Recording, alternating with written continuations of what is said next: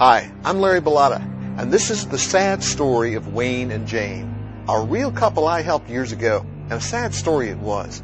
Both of them were born into Chaos Kid homes, where both their brains were programmed by Chaos Kid parents. If you want to know about what a Chaos Kid is, you can learn all about it at my blog, www.fulfilledcouple.com/blog. For now, realize that there are kids born to happy and secure parents and kids born to troubled parents who never dealt with their own childhood traumas. And now it comes to roost in the brains of their adult children. Such is my own story. I'm a Chaos Kid. In this video, I want to explain simply and quickly why people do what they do, and I want you to understand how people are wired and how emotions, feelings are created, which ultimately creates behavior, both good and bad.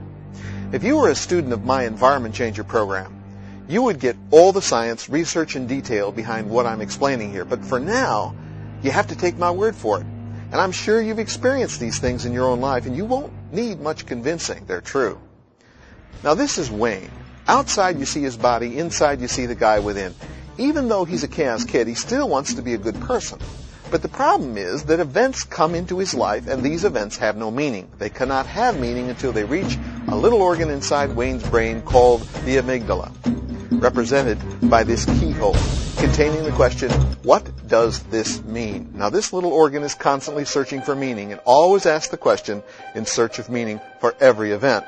Now, that wouldn't be bad, if not for Wayne's little voice inside his head. I'm sure you're familiar with it. It's that condemning little voice you hear that brings out the worst by urging you to do the very things you don't want to do. Here's a tip. The worse your childhood, the stronger this voice is in your adult life. And Wayne, well, he had a strong one. What the little voice inside your head does is grab a memory that's bad from your past and connects it to the event happening right now. Happens in less than a second. So Wayne himself didn't know what was going on.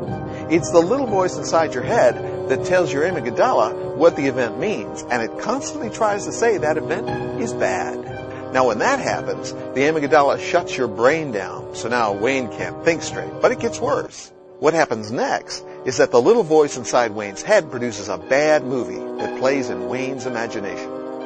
In the Becoming an Environment Changer program, I explain exactly why I call your imagination your ITV, or your imagination television. Once Wayne's little voice inside his head puts the bad movie on his ITV, an amazing thing happens.